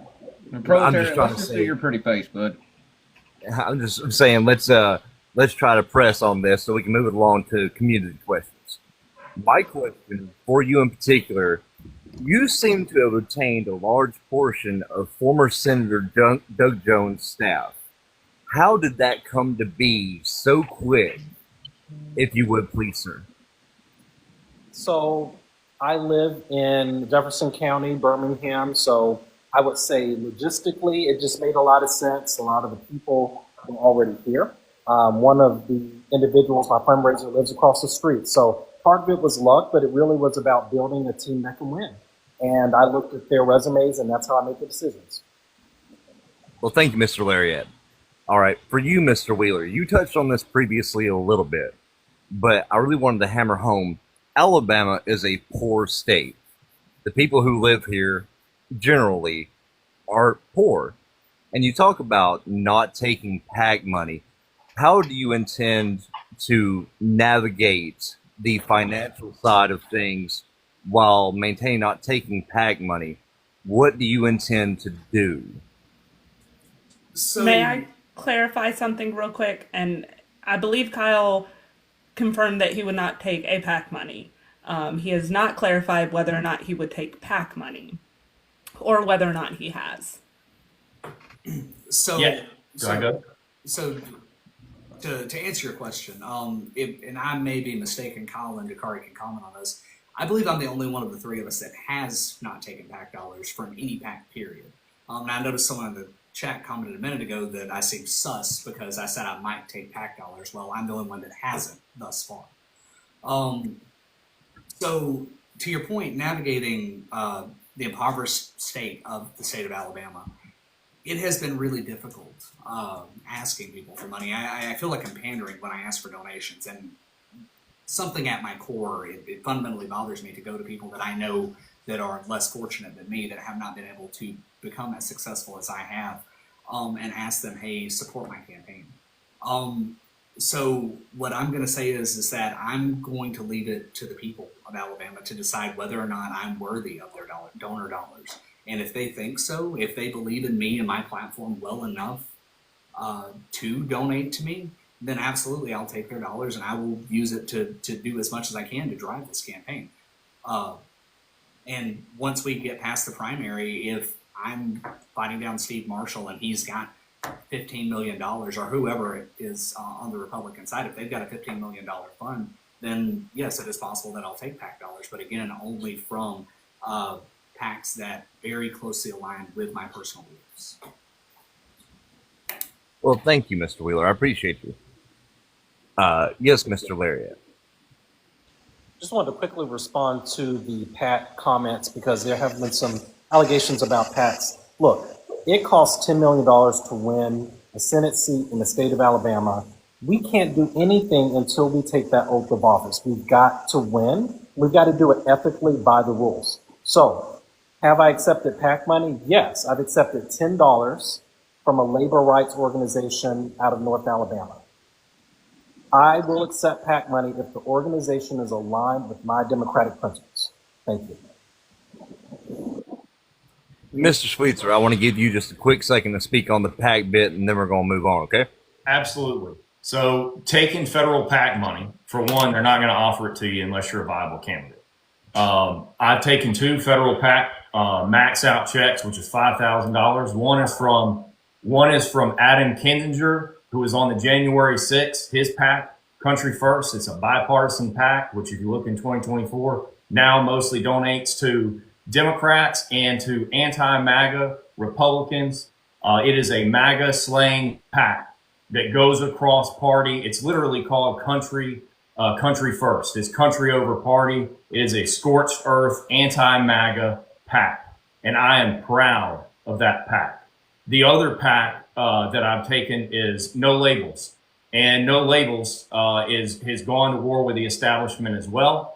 And so these are 2 PACs, these are 2 interests that are looking at Alabama, and they think that we have a chance here to fight back and to make something to rebuild the Democratic Party in the state of Alabama, and actually compete and beat the MAGA movement. All right. Thank you, Mr. Sweetser. And if you can, as quick as you can, hopefully less than 30 seconds. So you're a former Republican. Now, do you see yourself as someone who is going to bridge the gap, so to speak, between people who are disillusioned or disappointed with the current Republican Party and bring them over into the Democratic Party? Do you see yourself as that person? Hey, absolutely. So I've worked on this for years, for 2 years, really. I jump into very hostile spaces on X and take a bunch of arrows. But I've been working for about 2 years to find ways to pull folks away from the MAGA movement, to show them the light by focusing on things that directly impact these folks. And like I said, as being someone that, was a former Republican, and that goes in and out of people's houses. It actually interacts with real people in and out of different businesses. I have a unique perspective where people are usually comfortable taking the mask off and where they have power in their own place. So hearing all the stories that I've heard over the years, I know how we can message to these folks. And I know how we can not only bring them over, but once we earn their trust, we can win them over on some other issues. Right now, folks are brainwashed through a screen. Steve Marshall raised $400,000, and what he's going to do with that money is pay for the media, and the media is then going to plant all this stuff in front of people's faces through advertisement. That's what we're fighting, and we need to realize that we're fighting, it's the elites that run MAGA, not those people. We can save people. We can show them the light. All right. Thank you, Mr. Sweetser. Now, moving on directly into... Well, you can't swipe out while you're talking, but I do want to take this second while I have the mic to tell people that if they've liked what they've heard from these 3 candidates, you should follow them. you should follow Alabama Progress. This isn't the last time that we're going to have questions and comments. This isn't the last time that Alabama will hold elections, we hope. So that being the case, if you want to have a direct line of communication with candidates and hopefully your next senator, then follow the accounts and pay attention to what's going on. Alabama Progress has a Discord server also that we chat in daily. Now, I have a suggestion for all the candidates here. I know that, of course, you have TikTok accounts, but what I would suggest is, and I know that y'all post as well, but what I would suggest is not only trying to post multiple times a day, but not just campaign things, like slice of life, like to get to know you as a person outside of the politics. That way, that the voters can feel more comfortable and whatnot, and just to learn who you are outside of just answering questions that people ask. See what your hobbies are, see what your passions are, just to get yourself out there in front of the people. But it looks like Alabama Progress is back. Oh, I am here. And we're going to do yes and no form for this because it was worded very lengthily. But will you actively work to get rid of the filibuster? This is a yes or no question. Will you do it? Yes or no, Mr. Sweetser? Yeah. Mr. Larriett? The filibuster has some very deep roots in discrimination, and that is very sad. But at the same time, it does have a value in protecting minority rights, and it protects us from some of the whims of the House and requires the senators to truly be that greatest deliberative body. So I think for now, no. It prevents some very wild swings in our policies that can be very negative when you're not in power, and we know what that feels like right now. So my answer is no for now. Mr. Wheeler? I will say yes for now. There are caveats there. I'll explain in the video later, but yes for now. Okay, thank you, Mr. Wheeler. Jeff, if you don't mind while I pop over doing some filibustering here. Y'all. Progress is going. We didn't know that we didn't know he didn't have multiple screens, so we. The adult has left the room. Yeah, we can all fuck off now. Don't say what I want to do. Yeah, what I do want to do while I had a mic is I do want to appreciate the candidates that have been here. This is a Friday night. I know that everybody has, very illustrious things that you want to do on a Friday evening besides sit online with other Alabama folks. But we appreciate the time that y'all have given. I'm hoping that some people have heard this in the chat and they can align with what you've said in messaging and hopefully get some volunteers around that, because we've spoken a lot about money. But in my opinion, you need people more than money. You need a coalition more than you need a dollar. So for anybody in the chat that's heard these people speaking and feel like they align with that, let's get behind a candidate. And that's the way that we're going to change Alabama and make some progress, right? All right. And to piggyback off that, I want to thank all the viewers for actually showing up and being here tonight. Like Jeff said, it is a Friday night. It's one of the last ones of summer for a lot of the parents out there. I know y'all want to get out and do fun stuff, but we gotta protect the future of this country. So I'm just really thankful for y'all showing up tonight. Hey, can I ask a question? Absolutely. This is for anybody who wants to answer. I understand not taking APAC money. I understand the super PAC. What's wrong with just a regular PAC? I see people who don't want that at all. Long story short, country boy to country boy, you don't really know where it's coming from, and it's almost always somebody dirty behind it. I tried to do a very small PAC in my work, and I'm a member of the Labor Council. And I I see that dirty money. I see that as completely different as like your national ground game, which isn't actually a super PAC, but they're a fucking super PAC. I just see some people in the comments talking about no PACs whatsoever, and I'm like, why? We as humans have a hard time separating political action committee from political action committee. From the dark money. Yeah, it's basically people are concerned that if you take PAC money, it is going to influence the legislation that you put forth, the legislation that you support. And we don't want corporations. I mean, I'm a socialist, democratic socialist through and through. I will not stand down from that. We don't want corporations who are making profit hand over foot, billions of dollars a year profiting off of the back of workers' labor. We don't want them controlling our legislature. The the law should be in the hand of the people. We should control that. It shouldn't be controlled by corporate billionaires. So there is a lot of nuance to the question, and there is a lot of nuance to whether or not people should take money from PACs. Me, as a democratic socialist, I'm absolutely against them, no matter the scale.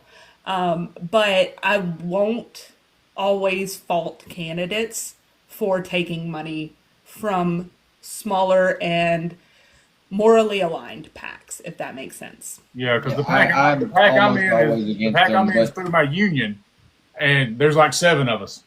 Yeah. So Like, we're pro union, so like union PACs, all right. I guess we got to look into that. it's one of You those. know? We really should find a way to differentiate between like your mid-level corporation packs. Your I super completely PACs, understand. and I seven completely dudes that are understand just what trying to Vicky's help. saying. I totally get that. I was just like, damn, am I evil? No, you're not evil. I mean- the structure is evil, and unfortunately, you're getting. You're F condemned word to because use the of it. tools of your enemies to defeat them. So, And that's where we're all at this point. We're all forced to use the tools of our enemy to defeat them. And Because we can't, like, there's literally no way for any of these guys to get into office without money. As much as we all want money out of politics, it's a problem that has to be navigated. now, correct me if I'm wrong, and I think it may have been you, Mr. Wheeler. Someone made a video about how, like, there was the Democratic Party or the group or whatever. I don't want to pin this on you if it wasn't you. I'm just getting, my videos mixed up. I can But, already tell you it was. Was it where they had to have $2 million before they would even talk to him? Yeah. So I was approached by a state party official, and I'm not going to say names. That's all good. It was made very clear to me that I was not a viable candidate until I crossed $2 million. And we had a rather heated discussion about that, about viability and Doug Jones and some other stuff. But I told them that, I wasn't comfortable going that route. And if they didn't want to support me, I would do it on my own. My whole life has been me doing it by myself, getting to where I'm at. I will do it all the way to the Senate if I have to. All right. All right. So Ashley, I need you to drink on that one. A whole lot of it. all right, There's can we get back on topic, y'all? There are a lot of questions here. A lot. Okay. Speed round. Let's do it. So this most recent question was actually for all 3 of you. And I don't know how you guys are going to answer these in the short form, but it was talking about dealing with maternal mortality rates, and especially the racial disparities of those, and how y'all would intend to address that. Now, I don't think we have all the time in the world to answer all these, but I would be happy to, after speaking with the community, email these to y'all to address them in your own videos and on your own platforms at a later date, because I know we can't do this all daggum night. Yeah. And then we could push those out and, make sure they get out to people. That would really help people get to know the candidates that answered their personal questions.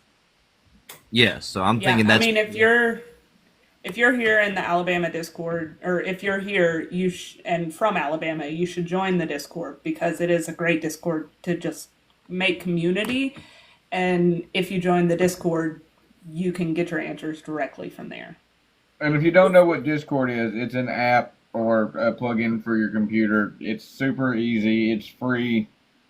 Just download it, make an account, look for Alabama Progress. You may not be able to have access to those sort of social medias once, you are in office, but the run up to being sworn in, the more accessible and personable and down to earth that you can make yourself, the people feel more comfortable. I've been reading some comments of opinions as they come through here. So, yep. Okay, so if I can just for a moment here, the point of the Discord is to build community, yes, but it also helps to get you attached to people in your area, close to you, so that you can have community, do events, yada yada, so on and so forth. Because ultimately, I believe it was Mr. Bartender earlier that said that I lost my train of thought. Doesn't matter. We got people down here wanting questions from the community. So yeah, maternal mortality rates for and racial disparities of such of people who can give birth. Where are y'all at on that, Mr. Larriett? I'm going to start with you on that one. Thanks so much. So again, I want to reiterate, we do have different roles between federal and state. So the big billionaire bill is basically changing the cost sharing rules, and it's going to leave a hole in our budget here in the state. So then the state is then very likely going to start defunding these facilities. So we have to work together, one, making sure that we vote in the right way to protect Medicaid access and Medicare. Then using the pulpit to admonish the state to do right by the citizens. We cannot have situations where women are driving 2 hours for maternal care. It's untenable. It's just unethical. It's just not right.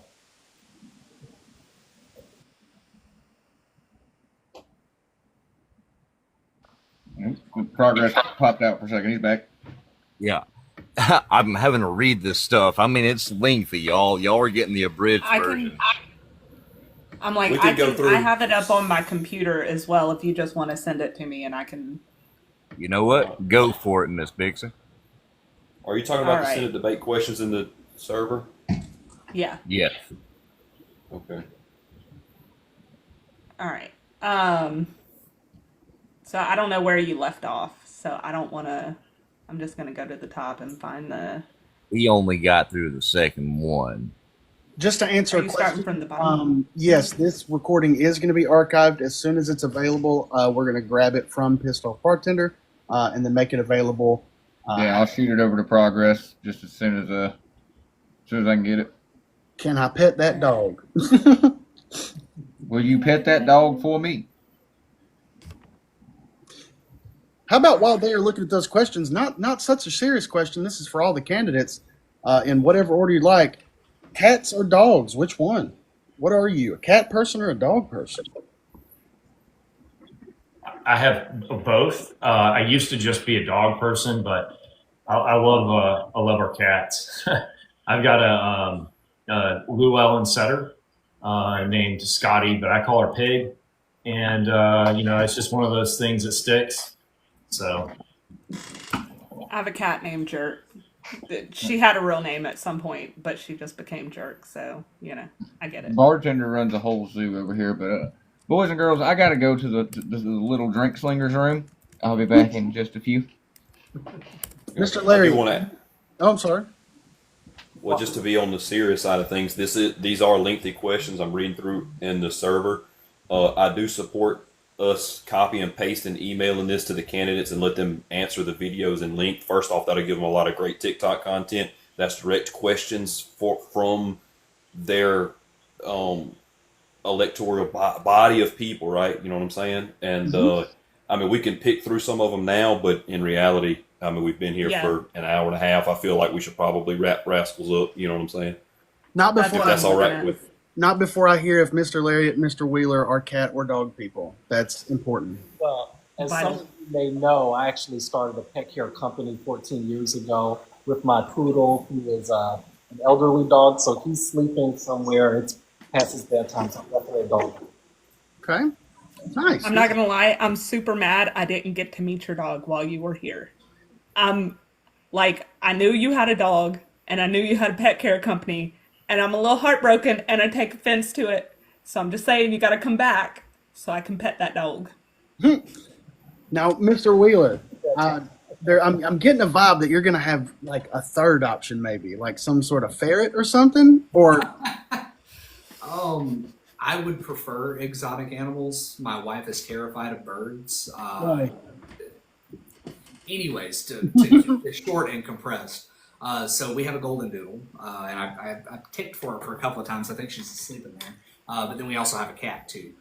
So golden doodle was my pick. Right, I was out of work for about 8 weeks, had surgery on my hand, and so we picked up this little baby golden doodle. Right, I spent that 6 weeks with a messed up hand trying to potty train and stuff. Right. Anyway, so she's my baby. Well, about a year ago, my youngest took to, I want a cat. Daddy, I want a cat, please. Let's get a cat. So I took her to a cat cafe over in Carrollton where I work. And I said, well, maybe that'll be enough to soothe her cat fever, right? No, we left with a cat. And so now he's integrated part of the family. My wife can't let him go. He sleeps in her lap all the time. It's ridiculous. But so yes, we have both. All right. So we got For the record, I'm scared to death of ducks and geese. You're scared of ducks and geese. They don't have You shouldn't tell me eyebrows. and PR that. We're going to use this against you in a prank one day. They don't have eyebrows. You can't tell what they're thinking. You can't tell if they're mad or excited. Literally, my husband has stopped me from approaching wild Canada geese in a lake at a park here in Mobile, Alabama. I have physically had to been stopped from trying to love them. He's So, good people. He's good people. He is. Someone I have asked where stood you the shield from. wall with her husband. He is good people. Someone asked, host, where are you from? Every single person in this live is currently sitting in the same state. We all in Alabama. All in Alabama. All right. So I got the questions pulled up. I know where I'm at. Do you guys, and I'm asking the candidates and I guess the people in chat too, do y'all want to continue or are you guys ready to wrap up? I'm okay if my vote matters. My 2 cents, personally, I think giving the candidates a list, that way they can sort of have homework, go off, take the challenge of being, just personable and then answering, because it's going to feel intimate. You're answering the questions that people typed into the Discord. So I really do think that that's probably the best thing to do, because Okay. I look forward to seeing their answers. I do I do see too. some people in chat that want us to continue, but I kind of agree with PR here. And I'm gonna be honest, we know the nature of TikTok, guys. A lot of folks that are here now were not here 2 hours ago when we started this. So, And you're not going to be here 5 minutes from now when we. yeah. So, as awesome as this has been and as great as it would be to continue, I think we probably have reached that apex, or it would be more productive for everybody involved, especially the candidates, to just give them that list of questions and let them answer them in their own time completely. And we could do this again. This is not the first time. We have 290 days before primaries. We've got several more Friday nights, Thursday nights, whatever evenings, to pull this together. And y'all can follow these candidates and follow these people that are on the panel and help build a coalition of Alabama folks that want to push for progress within inside of this state, because that's what it's going to take, right? Yeah. And And that's Jared enough. just made a good point. Tag Alabama Progress. Tag Alabama Progress, because he's the guy who put this all together. In your videos, if you want it pushed out to progressive voters, tag Alabama Progress. You can tag us too, obviously. We may or may not see them. I'm not on TikTok as much as I need to be. But I think we all kind of understand that, like, the way to get the apathetic voters, the non-voters, is through people like us. Through people like them, and I'm just kind of there. No, you're there with us. You're with us. You're in it. I am much smaller, but so lean in on us if you really want to win the primary, if you really want to win against the alt-right that is taking over, the gerrymandering that is taking over, because we're the voice of the people. We're all just average-ass humans who found ourselves in this situation.